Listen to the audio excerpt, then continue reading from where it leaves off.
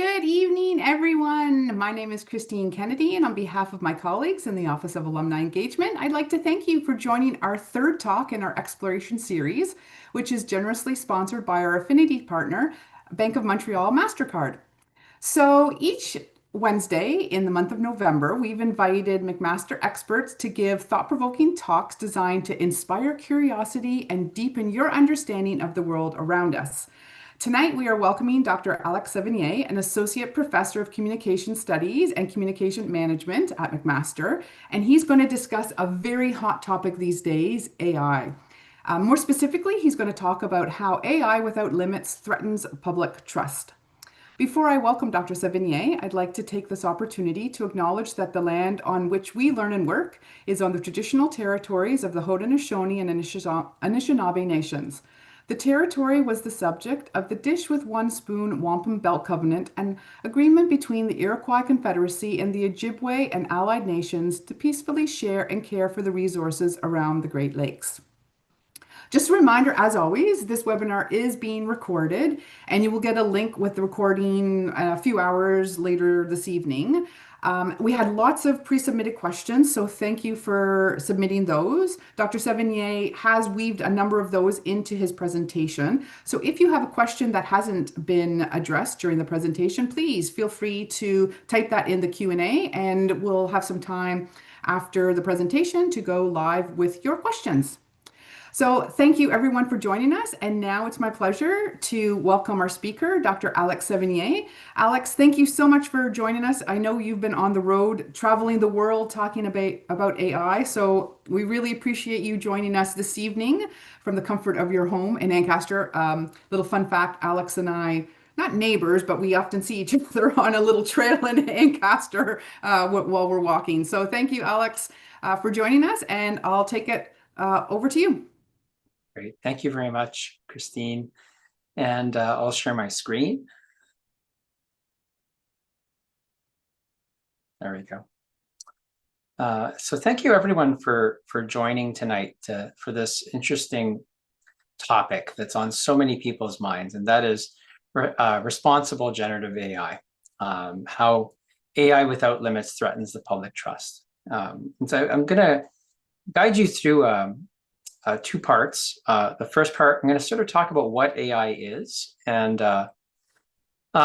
give you some definitions and some background, generally speaking, of course. And then we'll talk about risk and we'll talk about the public trust. And then I'll end with a few suggestions that my colleague Terry Flynn and I actually published in a conversation, in an article on The Conversation. So without further ado, here we go. I'm an associate professor in the Master of Communications Management program at McMaster University.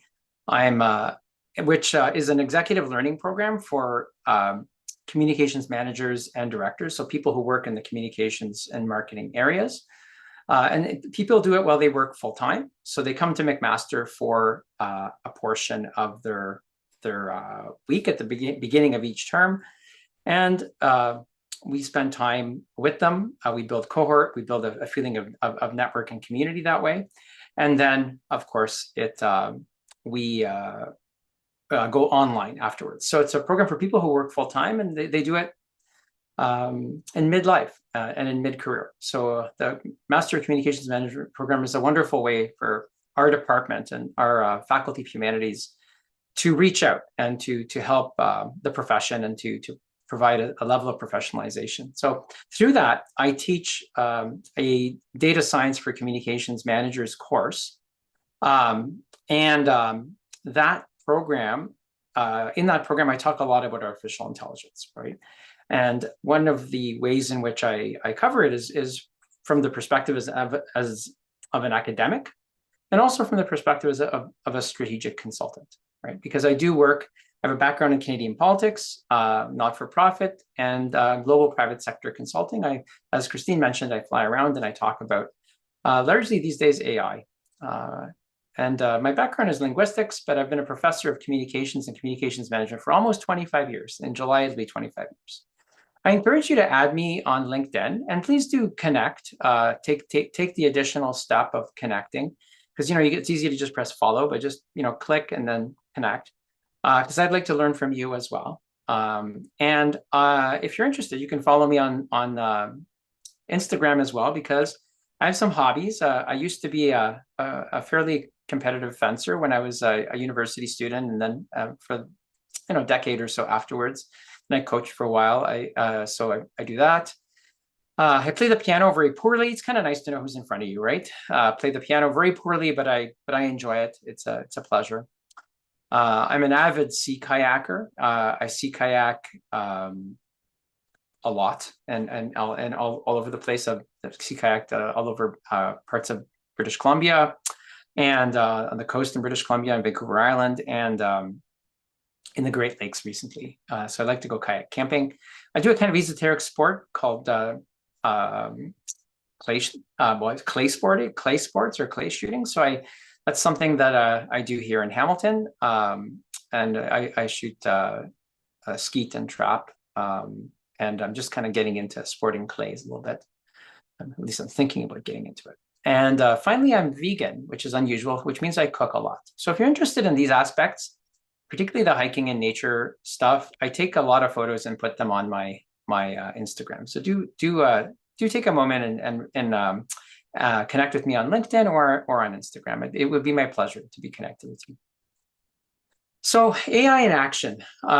Maybe it's a good idea for you to have a sense of how I use AI and where I'm coming from. So I use AI for insight discovery and ideation, both for my academic research and for industry work that I do. I code in Python. I'm by no means a professional coder, but I do code to do research. So it can be very helpful with coding for me. These systems are very good at coding, at least in the rudimentary kind of problem-solving way that I often do it. They're very useful for creating analytics dashboards if you're in the area of business analytics, which I'm very interested in. My work is largely in communications analytics. So I build dashboards that way. I also build ways of automating things like data pulls using custom GPTs, which you may or may have heard that. You may or may not have heard that terminology in the past. On the more qualitative side, I really use GPTs to help me extract insights from engagements. So if there's a large transcript, a GPT can be a great way of exploring that transcript. Can be a great way of summarizing meetings and so forth. I sometimes work with industry people outside the university, and we look at competitor analyses that are backed by deep research using which can be facilitated by generative AI. And most interestingly, I often use ChatGPT in my case, or sometimes Copilot, as a sparring partner to see around corners for strategic foresight. What I mean by that is I'll actually go for walks. I'm a big hiker. I live in Ancaster, as Christine mentioned, and I go hiking in the Dundas Valley Conservation Area almost every day. Yeah, at least when I'm around. And I'll sometimes have conversations with ChatGPT, and I'll puzzle out. I'll have a conversation about philosophy or theory, or a problem set or challenge that I'm thinking about at any given moment. So it's a real pleasure to have those conversations with the GPT. Interesting, as strange as that might sound. So that's how I use it. But this question of responsible AI, it's on my mind. I'm one of the vice chairs on the McMaster Research Ethics Board, and which means I get to see a good snapshot of the great variety of research projects that come in across the university. And a lot of them are starting to use artificial intelligence or investigate artificial intelligence or look at artificial intelligence in a social setting and an engineering setting and so forth. And it's interesting to see that this people are really taken with the idea, seized with the idea of AI as a part of their lives, as a part of society, as a part of the economy, and the ethics that are connected to that.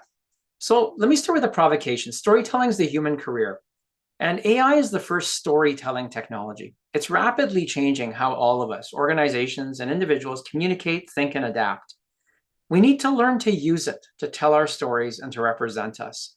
It's important to wrap your mind around a technology that's brand new like this, and to determine how the tech changes our workflows, our life flows, or else someone else will use it to automate us. And you'll see what I mean in a moment as I get through more of the slides. But in 2026, AI is going to be a central actor in white collar workflows. It's finally breaking through. So there's some good news and some challenging news. AI is revolutionizing the way we do our jobs, communicate, and build trusted relationships. We're starting to know what form that revolution will take. Future AI is going to be increasingly agentic. That means that it's, instead of you prompting the AI and it reacting to your prompts, so you interacting with it and it then doing something based on your request. Agentic AI is goal-oriented. So let's say you've defined an AI agent that helps you sort your email, or an AI agent that helps you compose email, or a press release, or a white paper of some kind. In that case, it has all the rules, it has all the information in folders that it has access to, and you can then just tell it, I'd like you to produce a white paper about a new product that we're launching, or something like that.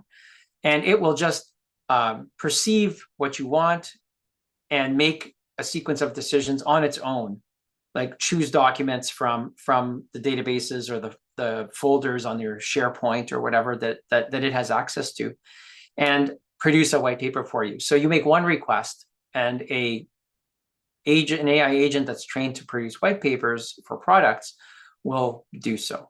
Whereas if you were to try to produce a white paper through prompting a chatbot, like ChatGPT or Google Gemini or whatever, it will take you a number of prompts, a sequence of prompts, to get to a satisfactory result. So effective AI is going to require reskilling and training on a massive scale, because it's a technology that's, I would say, it's as revolutionary as the Industrial Revolution. It's because it is to mechanical labor or physical labor. It is what the machine was to physical labor.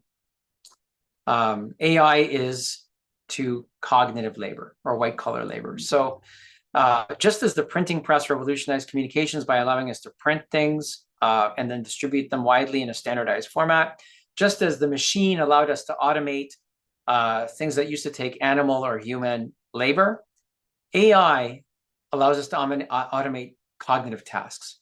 So responsible AI is going to demand greater accountability and fast, because if we're automating thinking, if we're automating cognition, we're going to have to be able to be accountable as to how the machines think and how they make decisions.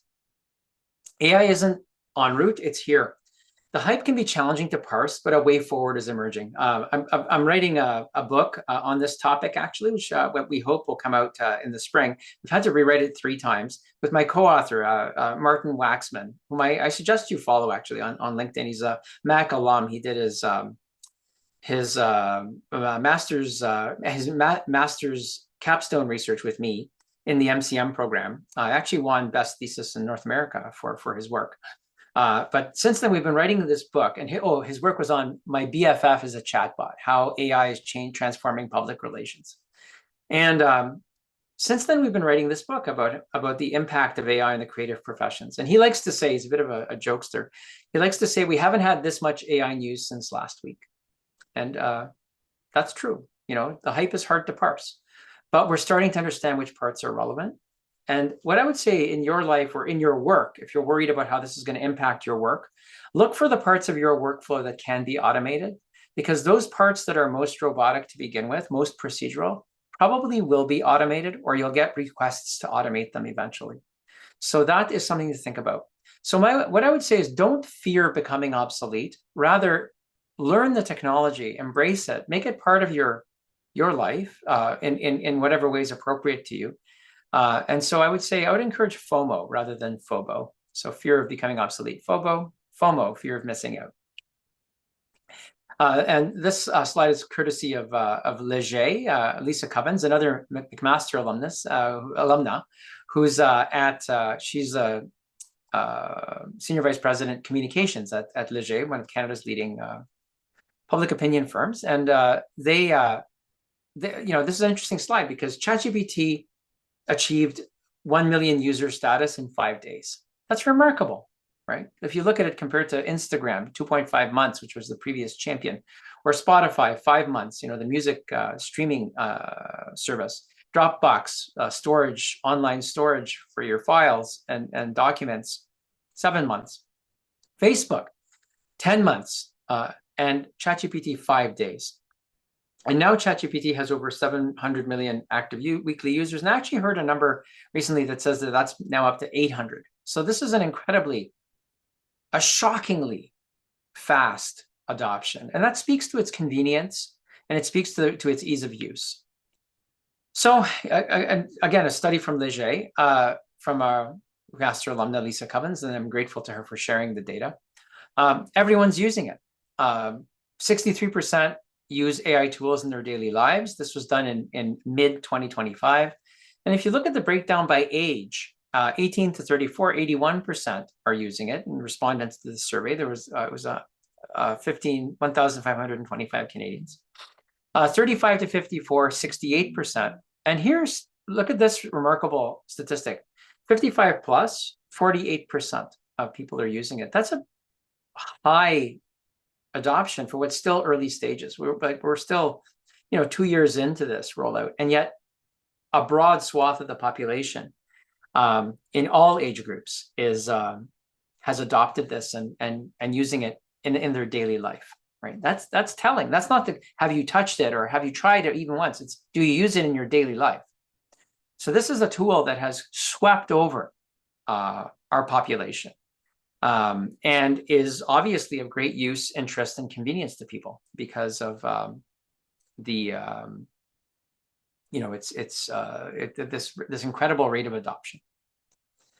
And people tend to like it. This is another study from Leger, a little bit earlier in the year, where 72% of people reported that they had an excellent or good experience using these tools. So they like them. And it's true. I mean, I like my mother is over 80 years old, and I introduced her to ChatGPT, and she finds it amazingly convenient and useful. She's a retired university professor from York University, actually, where she taught French linguistics and education. She taught teachers to teach. So, she finds it incredibly useful, and is always amazed at how it speaks to her in this very human tone, right? But most people do find these tools congenial to use.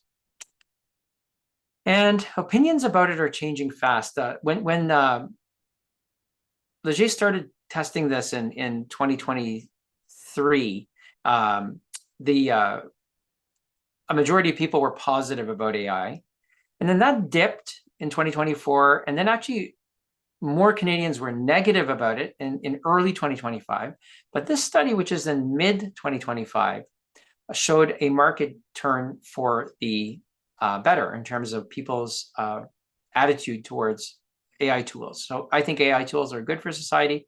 Went up to 46% versus 39% disagree and 15% don't know.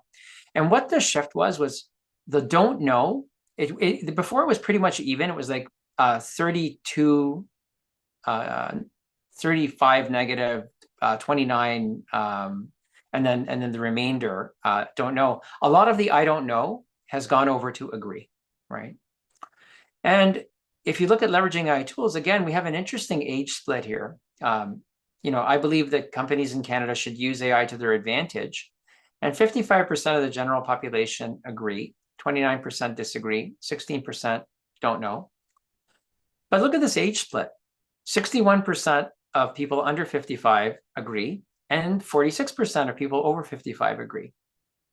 So that is a remarkable level of approval, given that, again, it's a new technology, and the fact that people who are older tend to be skeptical of new tech. A few reports here. I won't go through all of this, but I just thought I'd put them up. So KPMG did a study of how people trust in artificial intelligence. And 54% of respondents were wary about trusting AI, skeptical of safety, security, and societal impact, but trusting of its technical ability. And they felt that there was a strong public mandate for AI regulation. 70% believe regulation is necessary, but only 43% believe current laws are adequate. MIT CIO study, this was a really interesting study where what they find is that there's an incredible amount of unused data.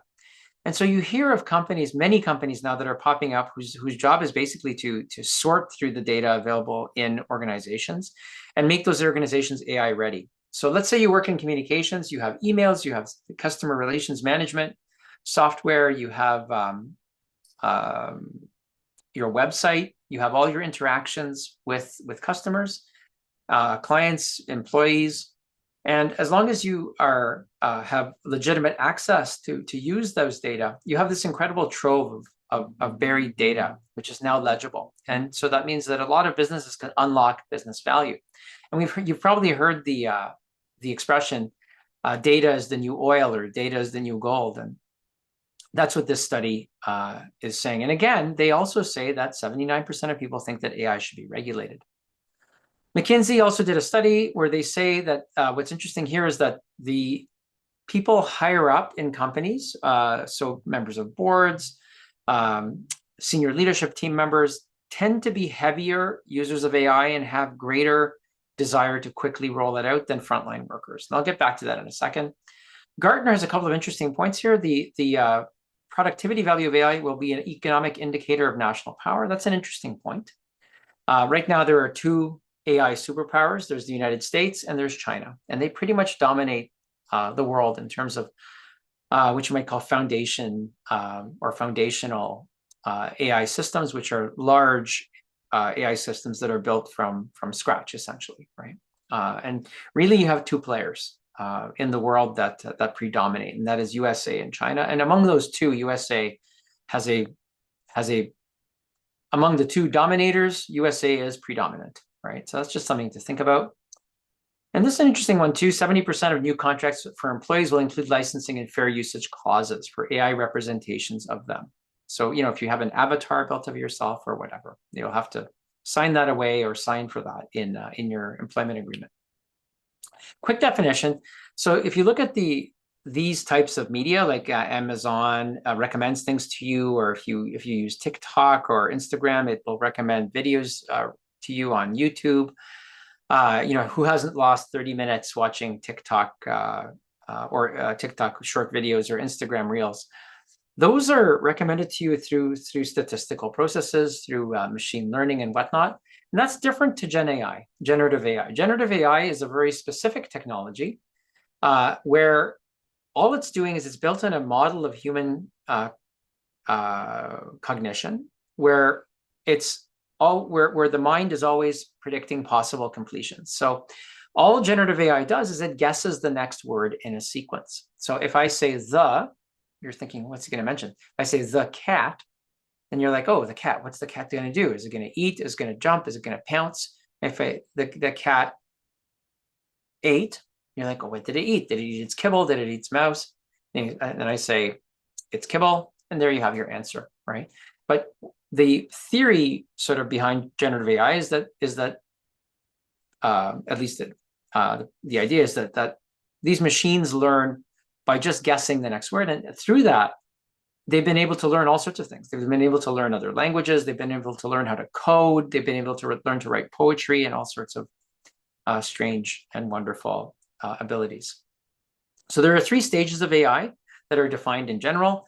The first is artificial narrow intelligence, and that's where the AI can mimic an aspect of human cognition. So, you know, production of text, so speech, or understanding speech, video or visual cognition, and so forth, right? Artificial general intelligence is the idea that and this is it's an ill-defined category, but it's generally the idea that you have an AI that feels human, that can perform like a human in tasks, or can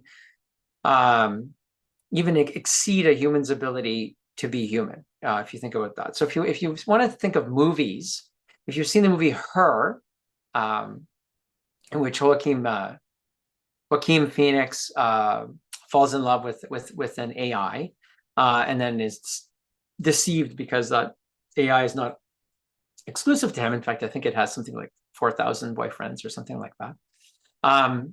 That is that entity that could seduce him and be a partner to him is in the movie would be like an AGI, for example, roughly speaking. And Ex Machina, if you've seen that one, that's a terrifying but stylish film.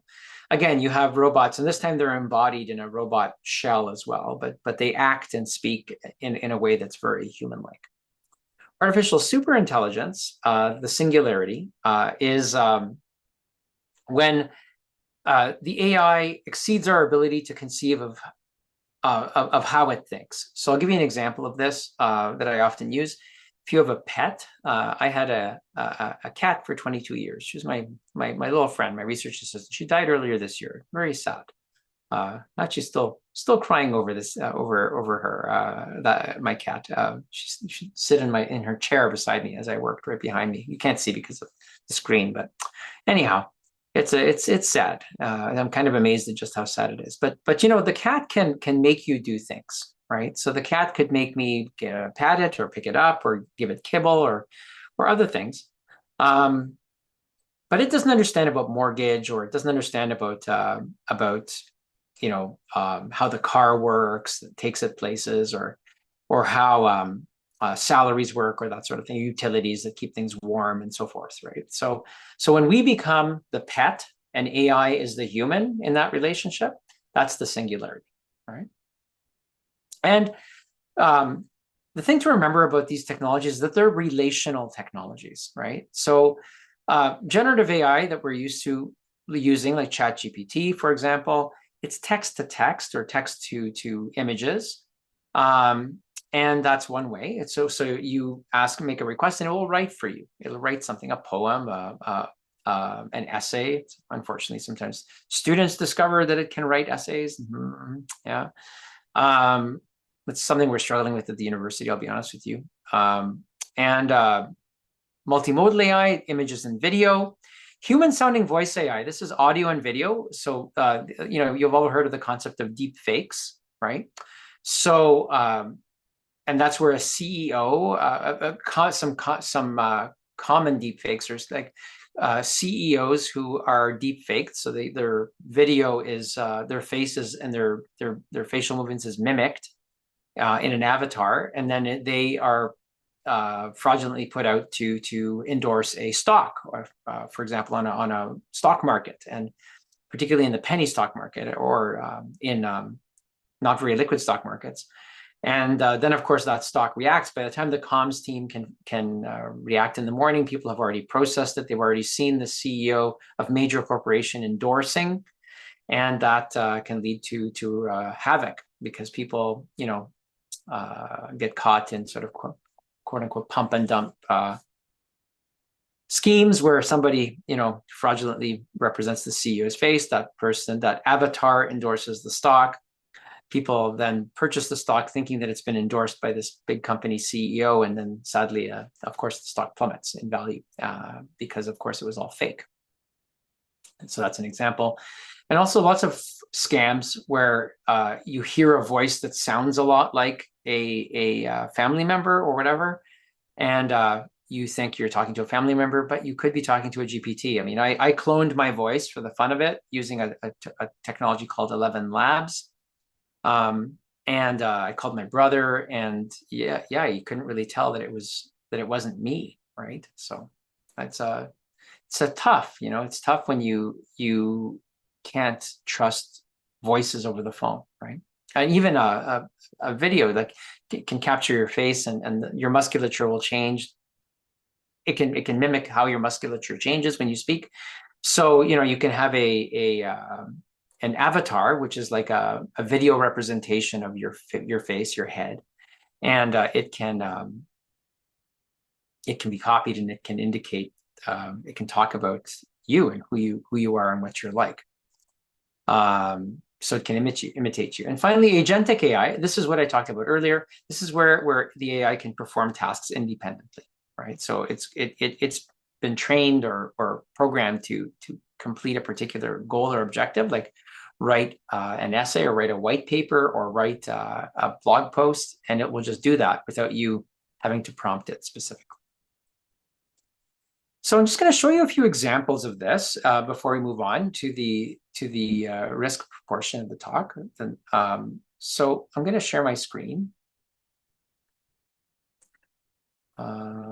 Just a moment. Forgive me. There we go. Yeah, here we are. All right. So here's a study where a scientist has done a deep learning approach to the analysis of birdsong. So this AI is very useful for scientific analysis, and there's a lot of animal communication, animal behavior studies being done using AI. This is a Google engineer who claimed that a chatbot was sentient. He didn't last very long at Google after that, but it raised the question of just when do these systems become conscious? Are they conscious? And people like Geoffrey Hinton, who's the recent Nobel Prize winner in physics for talking about AI, he claims that he thinks that they have a form of consciousness, right? And there's a debate around like what would AI consciousness look like, right? Here's another interesting one. People are using AI to preserve indigenous languages. So if a language is disappearing, you can train it. You can get elders who speak that language to train an AI on the language itself, right? So and then you have an AI that can speak that language, even though it may only have 10 or 15 or 20 speakers left. So that's a way of preserving the language, and then the next generation of people can learn from the AI. As interesting as that, as kind of mind-bending as that sounds. This is a kind of a funny story of a New York Times reporter who was having a long conversation with Bing's chatbot, and it ended with the chatbot declaring its love for him and trying to convince him to join it and to leave his partner. This is me. I did an avatar of myself. I thought I'd show you what one looks like. So this is based on a still photo of myself, which was the one that we used to advertise this talk. Hi, I'm Alex Sévigny. I'm a professor of communications management at McMaster University. So what it's done there is it's just animated my still photo. Now I'll show you something really interesting. Here's the French version. All I've done is provide a script here. I haven't actually... Bonjour, je suis Alex Sévigny. Je suis professeur de gestion de la communication à l'université McMaster, où j'enseigne dans le... There you go. And finally, a Mandarin Chinese version.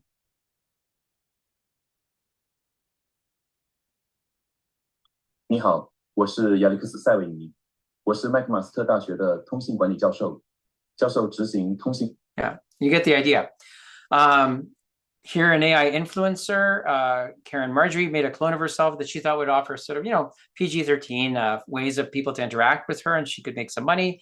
But it went and it did things that she did not expect it to do. So that's an article on the conversation. Many teens are turning to AI chatbots for friendship and emotional support, and you're seeing some very negative outcomes for this. You see, a very recent case where a teenager was, or at least their parents claimed that the chatbot encouraged them to end their life. Very sad. But it's interesting. I speak to my students about this sometimes, and they'll tell me that they enjoy having relationships with chatbots. They enjoy talking to them, and actually many adults as well. This is a portraiture fashion photographer from Hong Kong, and he uses AI to generate or to tweak photos. So you can see these photos are, very typical sort of fashion type photos, but quite realistic. Okay. It's an interesting article on how people are losing loved ones to AI-fueled spiritual fantasies. This is a perplexing and funny, strange thing where people are, in a hard place in their life, and they're turning to AI to help them find divine inspiration. So people are, I mean, I heard of one person who, has been walking around the Dundas Valley. It's actually an accountant who had a long conversation with ChatGPT, who told him that he had a divine quest to find the divine crystals in the Dundas Valley Conservation Area, and he's been hunting for them. This is the world's first AI beauty pageant. So these are influencers or AI personas, personalities that exist online that people follow and pay attention to. World's first AI beauty pageant names 10 finalists. The first ever AI beauty pageant has announced its top 10 finalists, making history by combining artificial intelligence with conventional beauty standards. Selected from over 1,500 digital entries. You get the idea.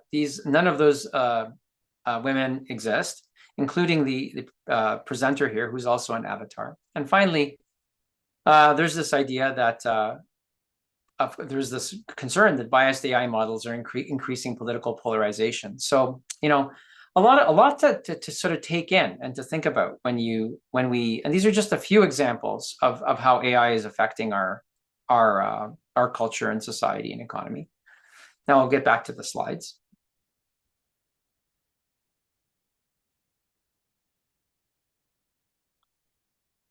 Just a moment. Forgive me while I get back to the slides. So it's as you see, it's a lot to take in.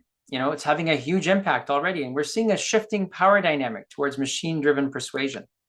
So that leads us to the sort of risk management component of this. The Gen AI became part of the public conversation in November of 2022 when ChatGPT was released publicly. Of course, research in AI goes back to the 50s, but these generative models first became popular in 2022. In spring of 2023, leading figures in the field, including Dr. Hinton, called for a pause on AI research because they posed an existential threat to mankind, and they just wanted to make sure that this was being done in a way that was safe for society. In fall of 2023, Canada put out invited AI leaders to sign a voluntary code. Later in 2023, the United States government issued an executive order on responsible AI development, and Rishi Sunak, remember him, Prime Minister of the United Kingdom, got 29 countries together in Bletchley Park, and they signed the Bletchley Park AI Declaration committing to global dialogue on AI. In spring of 2024, the White House did a Office of Management and Budget issued a memo on AI with 180-day compliance requirements, and they indeed followed through on that. In fall of 2024, Canada did something very good. It started an AI Safety Institute, more on that in a second.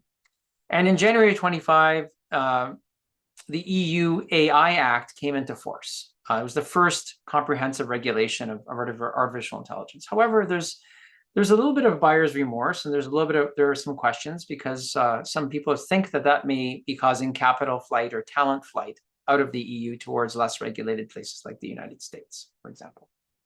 That's an open question. Canada is taking AI seriously. Prime Minister Carney has named a Minister of AI, Evan Solomon, and he in turn launched a task force. So it'll be very interesting to see what happens, what comes of that. The task force is going to suggest policies to improve research talent, adoption, and commercialization of AI in Canada. And here's the Safety Institute. I recommend you check the Safety Institute out. It's worth it. It's very interesting. And it's kind of like Canada's AI embassy in a way, if you wish to think of it that way. And it'll have bilateral conversations with other AI safety institutes in other countries, as well as multilateral conversations around responsible AI development and AI safety.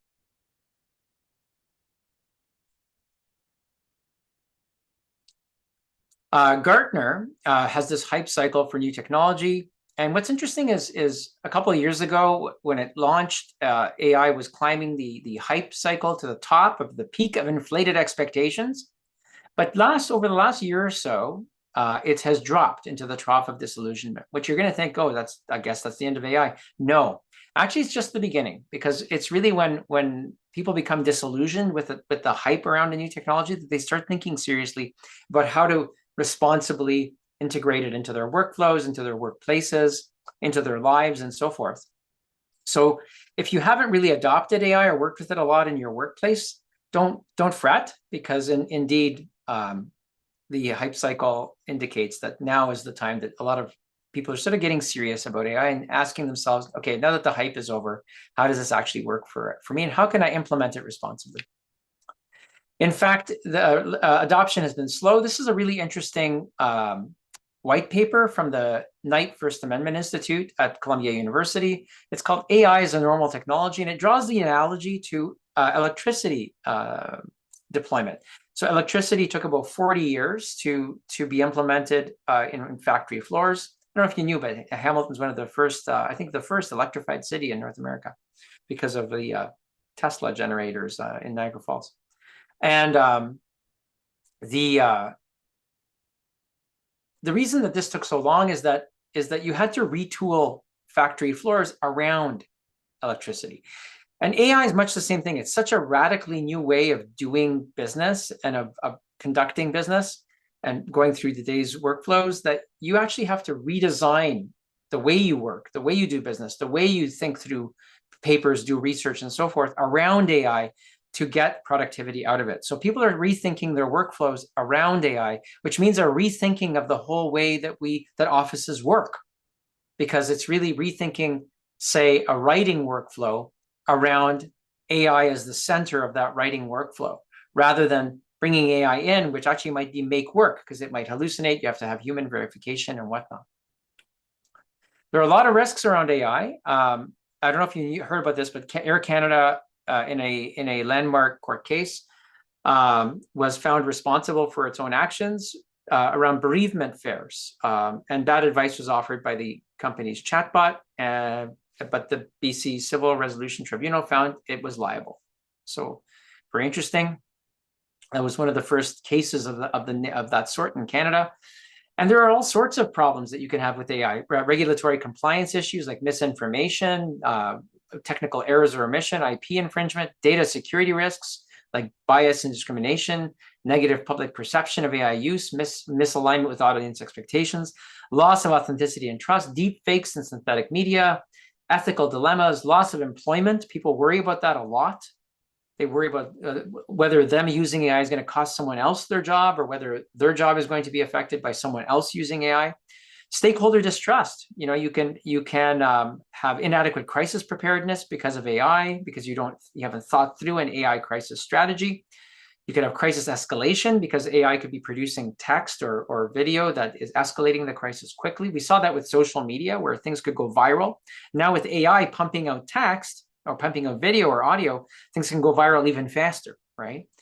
And finally, of course, defamation and legal liability. There are sort of two sides to this coin. Eliezer Yudkowsky and Nate Suarez, two famous sort of commentators on AI. Eliezer is a philosopher of technology, and he says they've written a book recently where they say if anyone builds it, everyone dies. So it's definitely a negative perspective. Yuval Noah Harari has said that AI has gained some remarkable abilities to manipulate and generate language, whether with words, sound, or images. AI has thereby hacked the operating system of our civilization.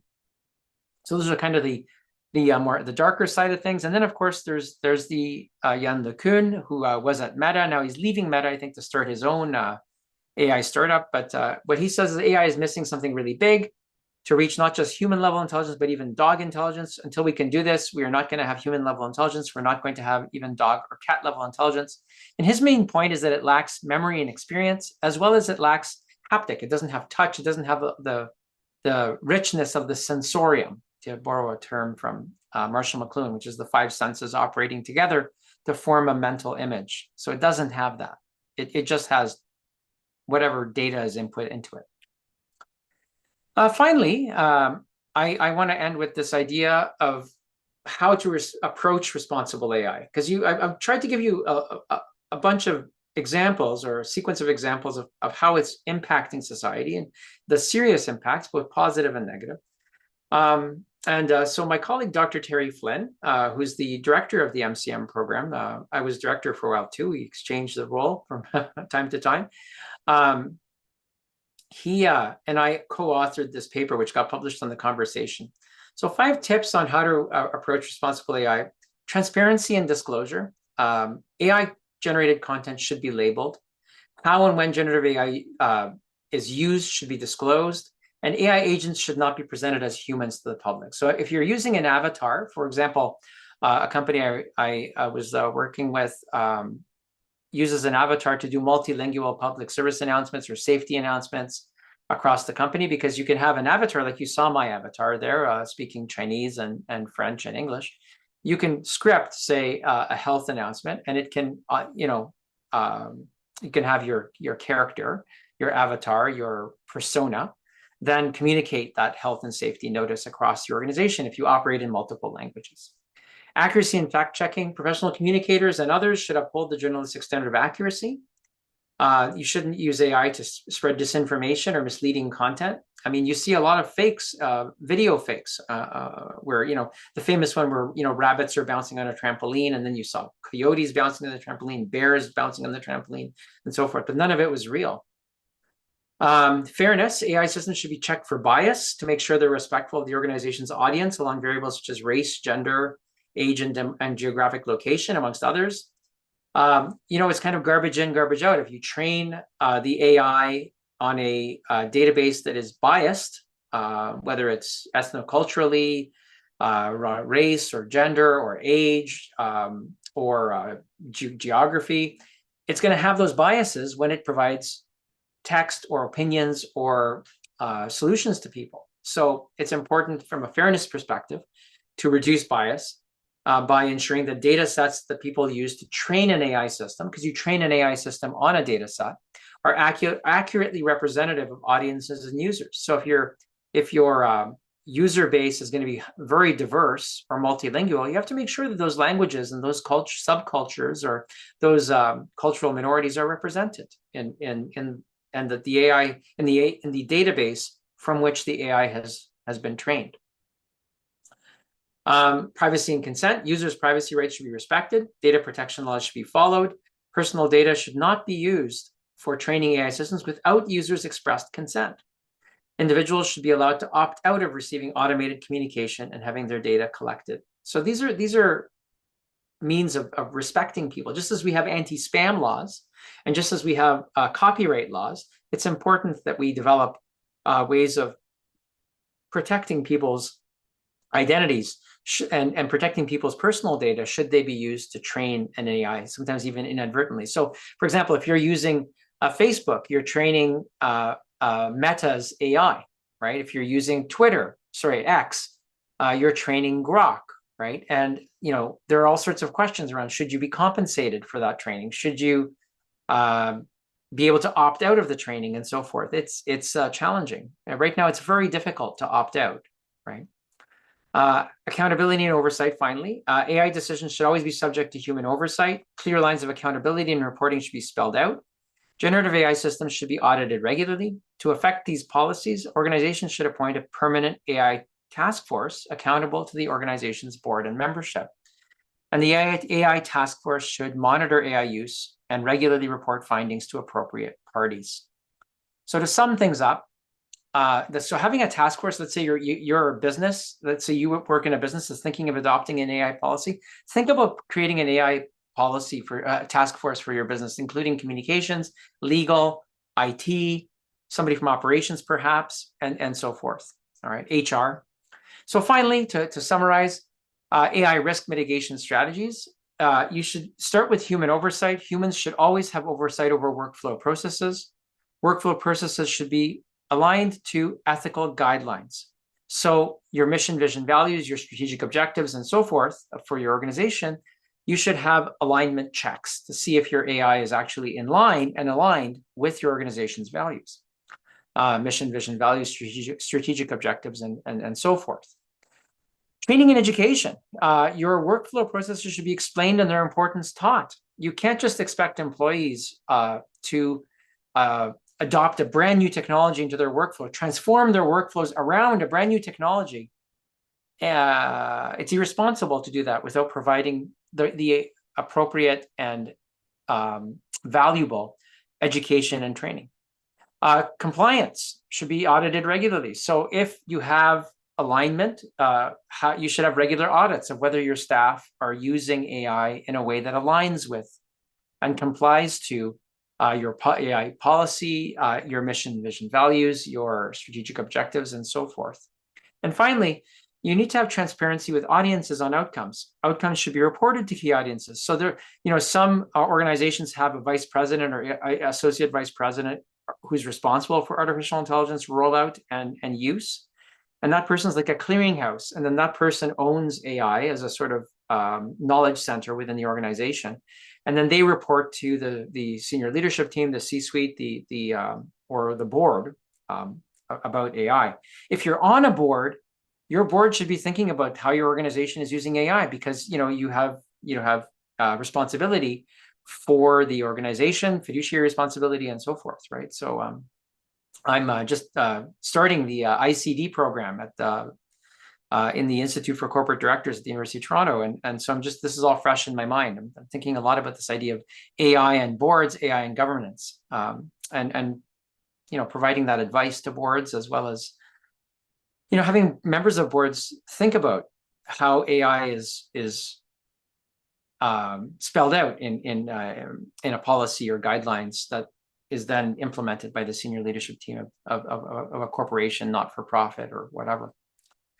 And to do this, you have to find the right organizational allies to help you implement processes and risk mitigation strategies.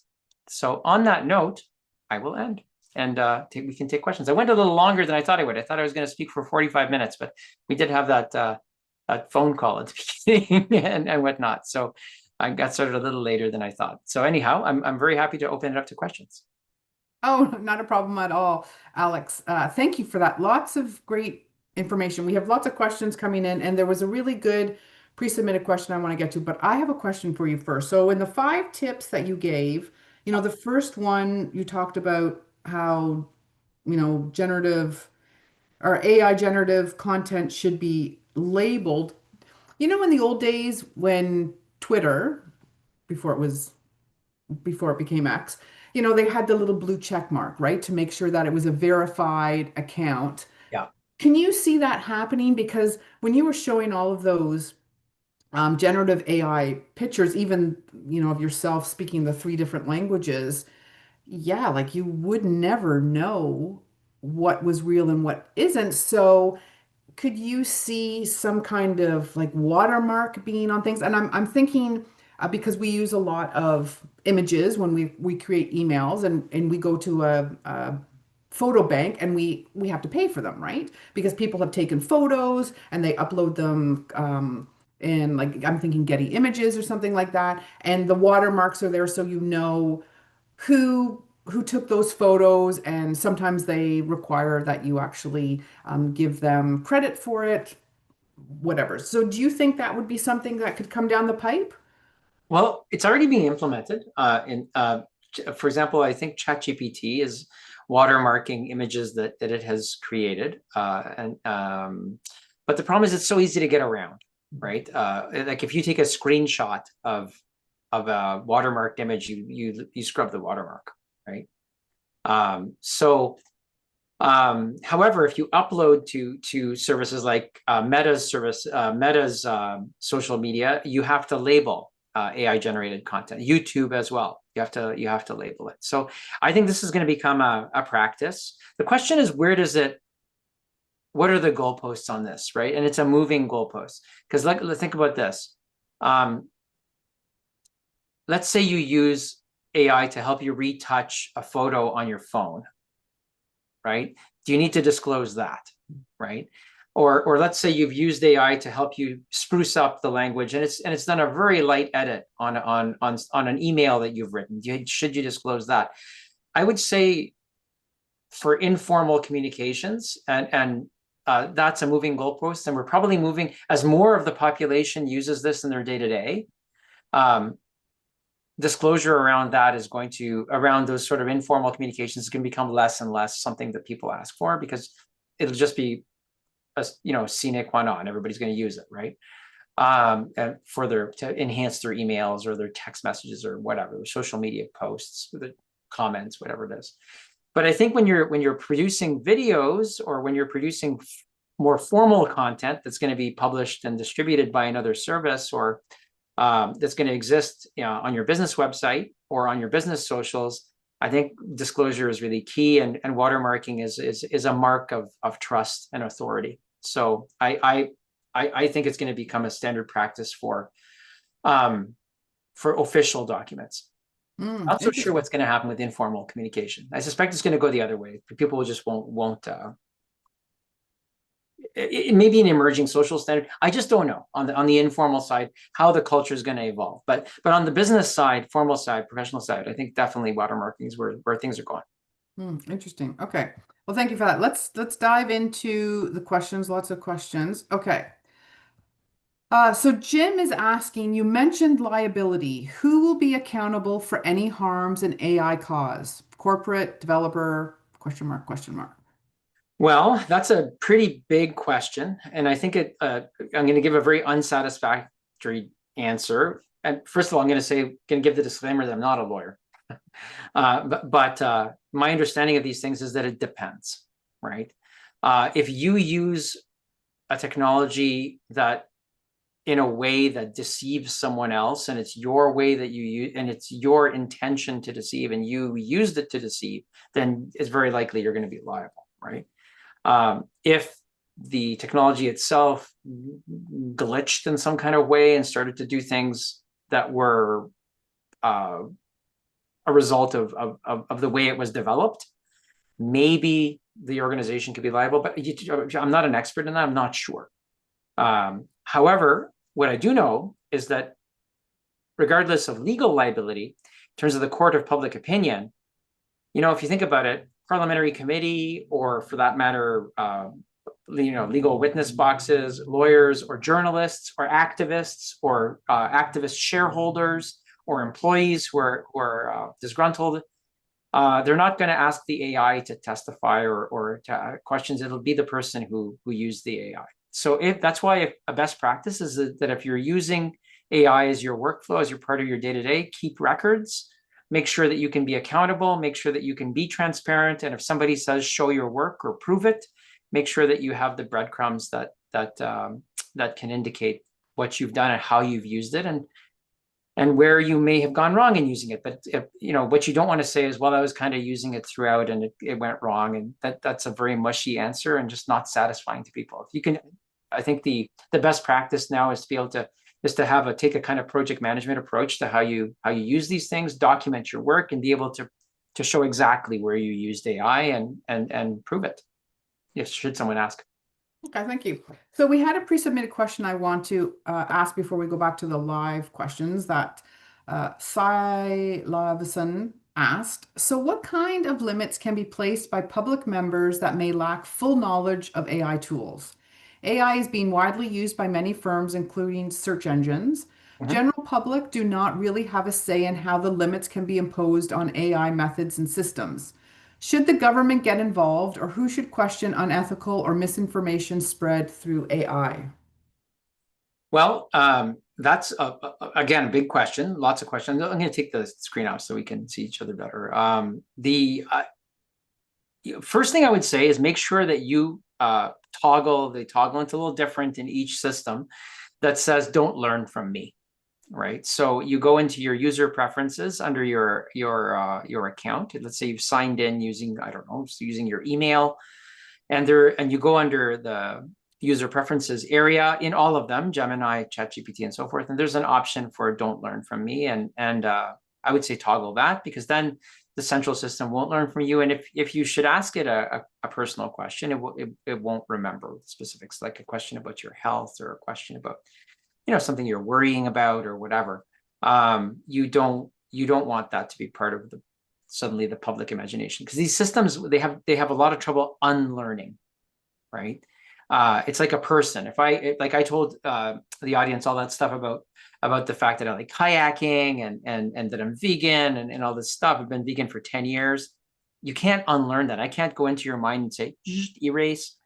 Can't do it. right? So all I can say is, oh, don't tell people I'm vegan because they're not going to like me anymore, right? All I've done then is I've reduced the probability that you're going to talk about it, right? But I haven't turned it off in your brain. I can't, right? And it's the same thing with these systems. Like you can't, once they've been exposed to a fact or a state of affairs, they know it. It's part of their universe. Okay, thank you. So hopefully that answers that. Okay, oh my gosh, so many questions. Okay, so how about this one from Corbin? Think think he has a question about finance. Is it necessary to use AI to format employment documents in order to get a job by passing ATSSs used by many companies? Also, how do you think AI will affect professional writing? So I'm just reading the question here. Is it format employment documents in order to get a job? Yeah. Okay, both good questions. I mean, a lot of people are already using AI to enhance their cover letters, to match job descriptions and to match corporate stated priorities. I actually know of someone who didn't have necessarily all the background he needed for a job, but was very confident that he would excel in it. And he actually used an LLM to analyze the job description and analyze the keywords that it was likely to be looking for in the automated HR system that was behind, that was going to screen applicants. And he used the LLM to help him design his application, and indeed got through the automated system, got an interview, and was hired. And actually, despite this sort of, very I guess we could charitably use the word clever way of gaming that system using an LLM, he's succeeding wonderfully, just as he imagined he would. But it was interesting because he definitely conferred an advantage upon himself by asking an LLM to help guess how the automated system on the other side, on the HR side, was going to read his application. How is it going to affect professional writing? It's going to make professional writing a lot more structured. I give a lot of lectures on this, and I offer a lot of trainings on this. So things like topic clustering, serialized writing, tagging documents using what's called schema markup, or a sort of formal language called JSON markup, is going to become standard. A lot more structured is what I would say professional writing is going to become. People writing in chunks, writing in series, clustering topics, being able to reuse and repurpose writing. Why? Because that makes a lot more quotes in professional writing from experts, noted experts, because what those two things do is the more your text is structured, the easier it is for a large language model to read it when it's scraping the web or crawling the web, forgive me, and reading the web. Secondly, if you've tagged and backlinked to authoritative web pages, then the authority score, it will likely give your web page will be higher, which means that the information on your web page is going to be more likely to be cited or quoted when someone queries the LLM about an LLM's large language model, LLM about your brand. So if like McMaster, for example, if we've got our act together and our website is all JSON schema markup and whatnot, and we do a pretty good job of quoting experts because we have so many at the university, all these professors and scientists and whatnot. It's very likely that the LLMs would attach a very high authority score, and it was very likely that they'll quote the Daily News, for example, because it's been given the score of a trusted source, right? I noticed that there was a second question in the previous one about should government get involved? And governments are thinking about this, and they're asking themselves a challenging question, and that is, what does regulation look like? And if we regulate, how do we balance regulation and stifling innovation and startups, right?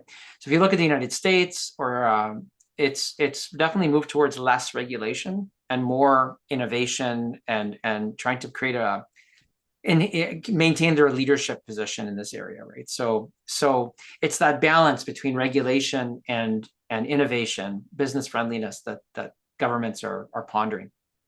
And I would imagine since most of the innovation is happening in the United States and China, that their governments are probably looking at less regulation than, let's say, Canada, Europe, Scandinavia, maybe other Yeah. places in Asia. Yes. In fact, the Europeans, like I mentioned earlier, there's some parts of say the business community having a little bit of buyer's remorse around having regulated comprehensively first, right? So, and I mean, the Chinese have introduced regulations around sort of green energy and technology, and trying to green the data centers, which are these giant centers where you have thousands of computers whirring, doing all the calculations. They're often run by the company called NVIDIA. They have their graphic processing units, and it's these GPUs. They're just thousands of them in these very cool buildings that are almost depopulated. And those data centers, and they're whirring 24/7 running these systems. They take an enormous amount of energy, right? And so, how you get that energy, I think that's where we're seeing more regulation, like just how green is that energy going to be? Yeah. Mm-hmm. So you were talking about writing, and so Linda is asking this question, talking about writing. So she has long considered writing a memoir in story format. Having started and stopped too often due to what seems to a multitudinous effort gathering info together to create the book, how can I use AI effectively to write with? Well, it depends on how you feel about writing with AI, and it depends how your potential publisher, if you want to publish it through an official publisher, feels about your having used AI, because some of them are quite strict about it and won't accept manuscripts that are AI that have been written using AI. Some scholarly journals are like that too. However, if your publisher, or if you're going to self-publish, then it's just your own personal choice of your comfort level. But I mean, you can use the AI for deep research. You can have it categorize and classify all of those documents or personal records that you are going to use to inform your memoir. You could dictate your memoir and then have the AI transcribe your dictations into text, and then have it summarize your dictations, your storytelling, and then you could write off those summaries if you choose. You could also kind of write stream of consciousness and then have the AI engine, the LLM, edit and organize your thoughts and your writing. It really is like an editor and a writing partner. All I would say is just check with your publisher first. You know what? I'm just trying to load up our questions here, but let me try this. What do you think is the biggest mistake that you've seen either organizations or educators make as they adjust to AI? It's two separate questions. I'd say educators are puzzling over this, and they're asking themselves how to implement, how to ask students to use AI and how to train them on using it and educate them on using AI ethically and responsibly when they're doing research or helping them with composition or writing. In the business world, I would say it's not thinking of AI as an enterprise-wide strategic asset and not thinking of it strategically. So if you're just imposing AI on an organization, like for example, I gave a seminar similar to this one. It was a day-long seminar, and there was an agency, a creative agency owner who was in attendance. He got so excited that he ran back to his agency and he said, "We're going to go AI first across the agency." And out of the 14 employees that he has, it's this boutique agency, 4 resigned, right? And so he called me up because he's a friend of mine, and he said, "What do I do?" And I said, "Well, offer them education and training. Tell them that this is going to be a strategic thing that they're all going to be involved in. That you're going to consult them. That you're going to grow through this new technology together." So he did that, and because he had a good, long-standing relationships with these people, they came back, right? But I mean, not offering education and training, not having guardrails and guidelines, not having a strategic senior leadership vision of how AI should be implemented. These are all mistakes that I've seen happen. Not having a person or a task force that is charged with overseeing AI and just making sure that people aren't using shadow AI in different parts of the organization, because that's a risk. Because you just tell people you may not use AI, they will. I mean, it reached 1 million users in 5 days. If they're not using it immediately, they're going to be using it as soon as they use it at home to like find vegan lasagna recipes, like what I do, right? Or I composed an ode to kayaking and regaled my fellow campers around a campfire, and they're like, "Hey, that's really good. How did you write that?" I was like, "No, it wasn't me. It was AI." Once people get that taste of how convenient and how clever the technology can be, they're going to use it at work. And if you tell them no, they're going to use it off the side of their desk, which exposes you to harms, right? Of your data being misappropriated or whatever, secrets being revealed and so forth. So have a policy, have a task force, have a strategy, offer education and training. Make sure it aligns with your mission, vision, values on the business side. Hi, Christine. Welcome back. Sorry about that. Technology. Okay, so I am mindful. Are you okay to go for a few more minutes? Yeah. Okay, because we just have lots of questions in. So this is a big question. So let me copy and paste it. Chris is asking, they work in healthcare. Hold on, everyone. Because it's so long that I want you to be able to read it. Okay. I think it's so long it won't let me copy and paste it. Okay, so I'm gonna ask it, and then if you want me to repeat it. So Chris is saying, as a patient partner in healthcare initiative and research, I welcome innovative technologies. However, I'm concerned about the coercive manner in which AI solutions such as AI scribes are being implemented. For example, I've been contacted by 3 specialist offices, each adopting a different scribe. All of them are notifying me as a courtesy with no possibility of opting out. Offer no facility to correct hallucinations in the scribed notes, nor will they share the notes with me unless I make a freedom of information request after each encounter. Oh, good grief. None of them will guarantee that my data is not being sent across the border for processing. The coercion is their ultimatum that I must either waive my rights by a deadline if I wish to continue as a patient or be dropped by the specialist. Before this experience, I'd been very pro AI scribes because they promised to facilitate faster automatic access to notes, but the implementation has entirely turned that on its head. Apart from legal action, which is beyond the means of most patients, how can we rebalance the situation so that patients' rights are respected? That is an excellent question. I mean, I've actually been speaking with members of the health community a lot about AI implementation, responsible use, and there was a rush to implement these systems for productivity and efficiency and effectiveness gains. But now I think that examples like what you're citing, what the question asker is citing, are coming to light. And I think that the people that are running our healthcare system are callous. They don't want people to feel the way this person does. And I think that as you see task forces that will grapple with AI pop up and be created by hospitals, health networks, LINs. Well, we don't have those anymore, but hospitals, health networks, and so forth, universities.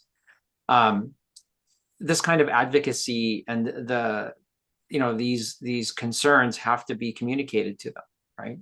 And I think that you'll find that there will be many physicians and administrators, health administrators, who will be very sympathetic to that perspective, right? So I would definitely seek out those task forces and see if you can gain an audience, or at least provide a submission to them to be part of their deliberation as they consider AI rollouts, or as they set up accountability around AI. Another thing I would do is I would, just as I mentioned earlier, I would ask for oversight, right? I would say, so, can I talk to the boss? And, then I'd ask that person, so how does AI accountability and oversight work? And how can I have transparency? And, how can I want to trust this organization, but to do so, I feel a lack of transparency and a lack of agency.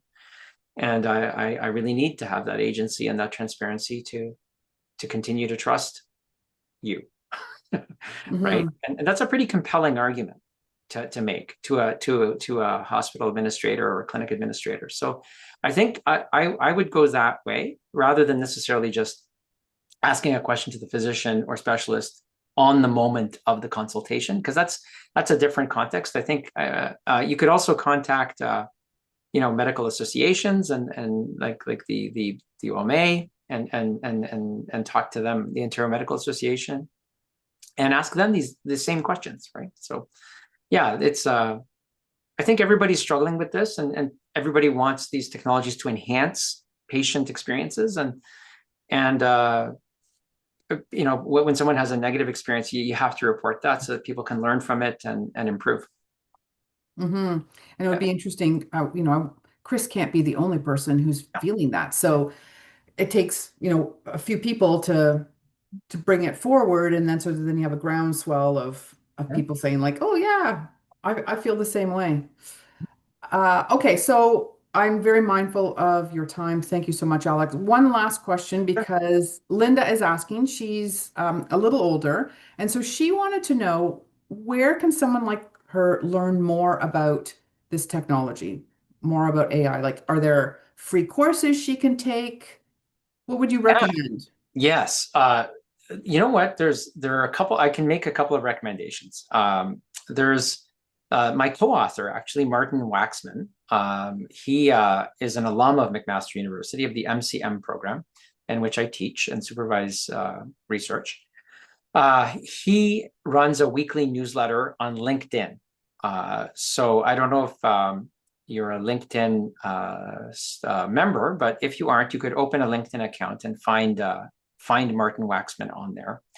Also through LinkedIn, you have LinkedIn Learning, which is available on through the public library system, I believe.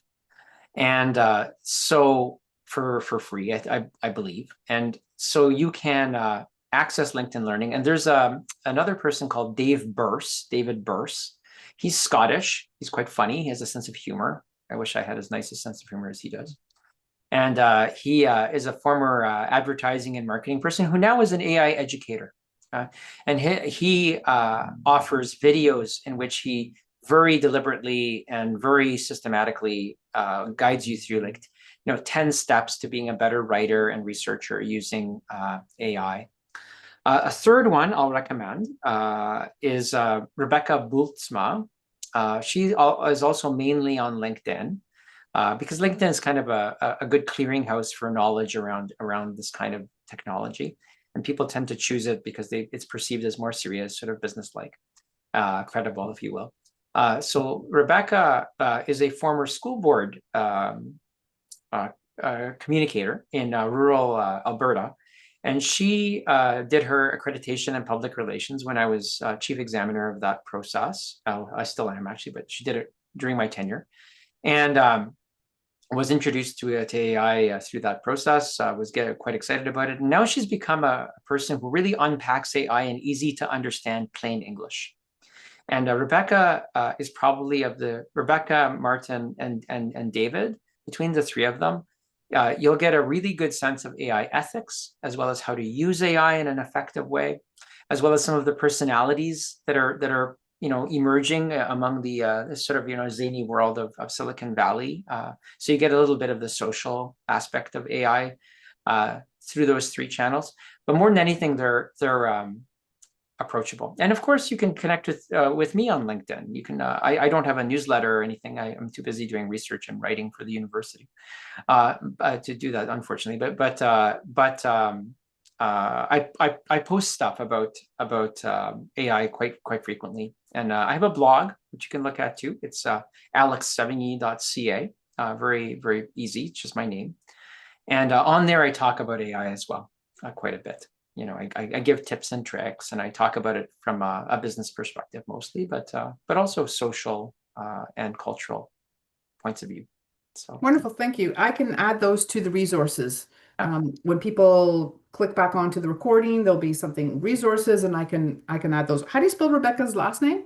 BULTSMA, if I'm not mistaken. But Christine, what I could do is I could actually send you my I have a little list of resources. Perfect. And you could put that up, and people could benefit from that.